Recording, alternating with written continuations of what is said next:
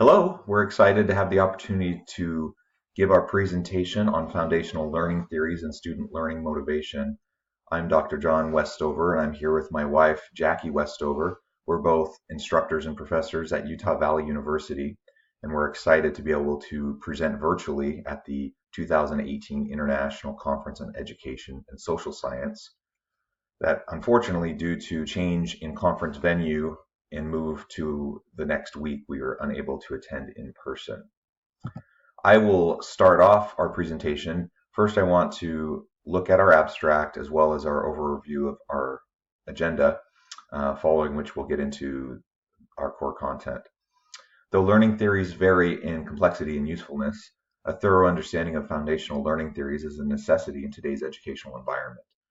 Additionally, learning theories lead to approaches in instruction that can affect student motivation and learning. The combination of a learning theory and elements to enhance student motivation can create learning context where the student can thrive in their educational pursuits. This paper will provide an overview of three main learning theories: behavioral theory, cognitive theory, and constructivist theory, and explore their connection to elements of student learning motivation. Finally, we apply these learning theories and elements of student motivation to the Fast Start program at the Community College of Denver and discuss potential of the program to have success in increasing student success outcomes. Our agenda for our presentation is as follows. First, we will look at our overview and introduction, followed by a literature review of foundational learning theories, an overview of student learning and motivation, pillars of student learning and motivation, followed by a case study, a redesign of a developmental program, and finally, our conclusions. When it comes to foundational learning theories and student learning and motivation theories, they're often not studied together, but in conjunction, if we design developmental programs in particular involving both of these theories and goals, then we could be much more effective. When it comes to foundational learning theories, the main three we want to talk about is behaviorism, cognitivism, and constructivism. Connectivism is a newer learning theory that is being developed and studied right now and can be useful, but for the main three we talk about cognitivism, behaviorism, and constructivism. These three foundational learning theories are explanations of the ways that students learn and can be used to help design programs that can be effective when students are trying to learn. Now, as part of our overview of these learning theories, I wanted to take just a few minutes and talk about student learning motivation. Now, there are many different elements that can contribute to student learning motivation. We want to focus on what we call several core pillars of these student learning motivation aspects. So 5 different areas that we discuss and cover in our paper, which we don't have time to get into great depth and detail in this presentation, include the 5 following. So first is cultural responsiveness of an instructor.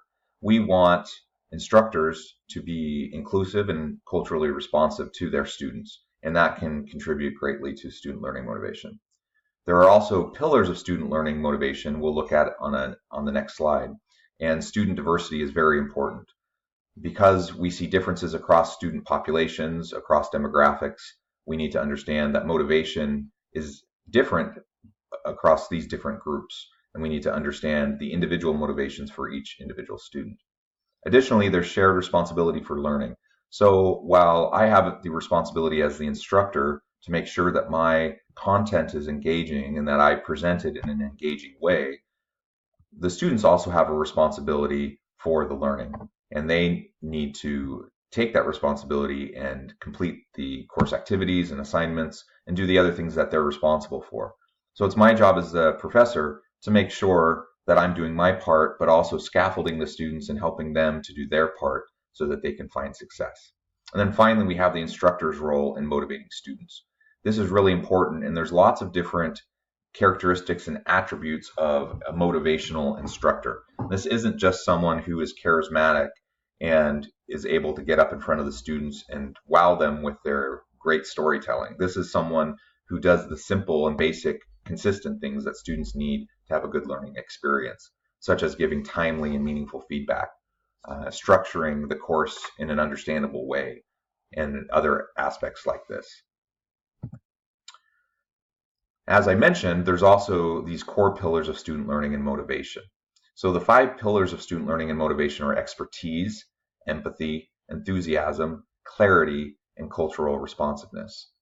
Of course, as the professor, I need to make sure that I have expertise in my chosen field. I need to have confidence in what I'm teaching, and I need to convey that to the students. Otherwise, they may not be inclined to listen or pay attention or engage with what I have to say. But I also need to have empathy for the student. I need to understand where they're coming from, and I need to understand where maybe the gaps in their understanding might be. And sometimes this is difficult for an expert. We've gone through our doctoral training. We know a lot of the background details and elements of what we're teaching about. And sometimes it's hard to relate to students who struggle with the material and don't understand everything that we're trying to convey to them. So we need to seek to establish empathy and relate better and more closely to the students and their experiences. We need to also have enthusiasm in our teaching, of course. The students need to see our passion for the subject. They need to see how engaging we are with the subject. And that also translates into how important we see the subject matter in our daily lives. We have to have clarity in our teaching. One of the most frustrating things for students and one of the biggest drivers of demotivation for students is when they don't know what the professor is expecting or wanting. So we need to scaffold the course and organize it in such a way that we have clear benchmarks for the students, that they understand what's coming, they understand what's expected of them on assignments and for exams, that we help prepare them for those grading assessments, and ultimately that we're clear in how we communicate with them and respond to questions that they might have. And finally, culturally responsive faculty are important because we have an increasingly diverse student body. We have students that come from all different walks of life. We have first generation students. We have students from different genders and race, ethnicity backgrounds. We need to understand those students and meet them where they're at and help them progress. A case study for this is the redesign of the developmental math department or program at the Community College of Denver. In response to very low student outcome rates among developmental education students who are not being retained, most students who are placed into a developmental math class at the beginning of their college career do not actually make it all the way through their developmental sequence or even through their first couple of courses. So to combat this, many schools around the nation are turning to either compressed or accelerated programs in this. The idea is that the more times a student has to not re-enroll in a class, the more likely they are to drop out. So if we have fewer courses in our sequence or fewer opportunities to exit, then the student will be more likely to continue and persist throughout their developmental sequence.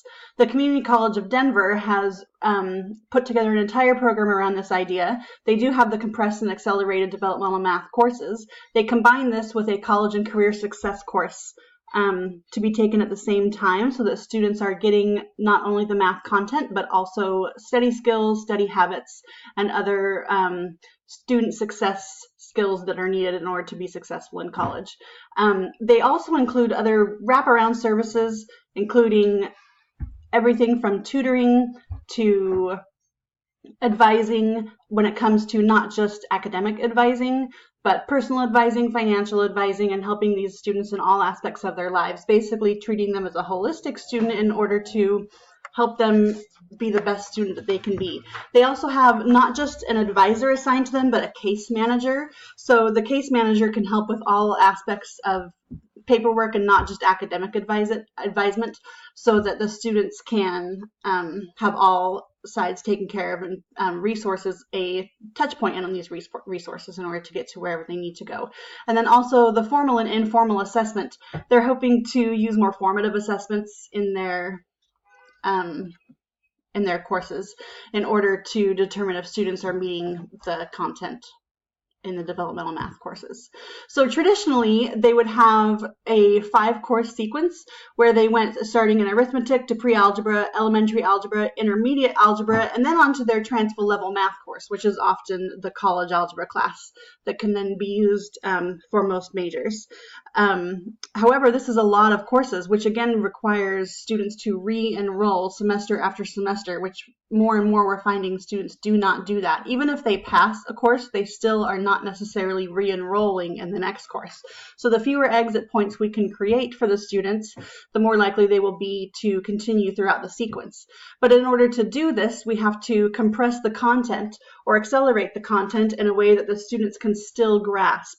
Moving faster through the concepts in math will require additional supports in order to make sure that the students are retaining their knowledge. So the Community College of Denver has designed it so that they are compressing everything, the arithmetic, pre-algebra, and elementary algebra into a course that they can then take as a co-requisite to their intermediate algebra course, along with their student success course.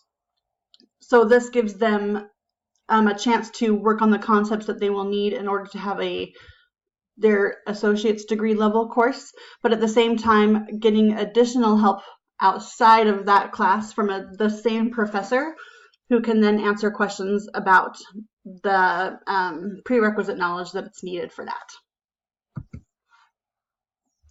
So in this brief presentation, we've presented an overview of general learning theories as well as student learning motivation and elements that contribute to student learning motivation. We've also presented a brief case study of the Community College of Denver and how they're going about their developmental math program, as well as a pathway in the community college system in California and how they're going about doing their restructuring of their developmental math programs.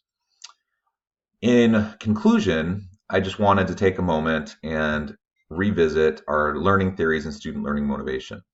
Many contexts of usefulness and effectiveness exist within these different bodies of literature. Implementation should correspond to the complexity of the material to be taught. The level of understanding required and the intricacy of the given material should dictate the theoretical approach to learning activity or instruction. This is very important as we have to meet the students where they're at, and it has to be appropriate with their skill level and their understanding level. Each group of learners comes with their own dynamics and levels of understanding. Also, we need to understand that we allow for more options that will more closely align with given goals in different situations and with different learners.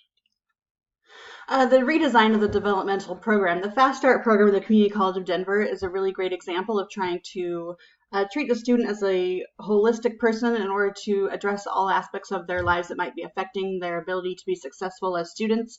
However, this is a very expensive endeavor, and a lot of programs may want to simply use the accelerated model without the additional student support systems in place. But if we base these programs in a combination of sound learning theory and the student motivation approaches, we have to include those student support systems as well. There cannot be those same student success outcomes without approaching all of the aspects that the students need and providing those additional student support systems. These approaches can lead to stronger redesigns of programs and therefore higher levels of student success and achievement. And with that, we're at the end of our presentation. Now, obviously, because this is a video, we can't actually take your questions, but we've provided here our emails. These are our personal emails, and we would invite questions via email. Please feel free to contact us with any questions at jackiepwestover@gmail.com or john.westover@gmail.com, or you can look up our faculty pages at Utah Valley University, which is home in Orem, Utah, in the United States of America. We're pleased to have had the opportunity to take this time with you. Hopefully, we've been able to provide a bit of an overview of core learning theories as well as student learning motivation, along with an understanding of how this might be applied into a developmental math scenario and trying to revise and update developmental math course sequencing to help our students have the greatest level of success possible.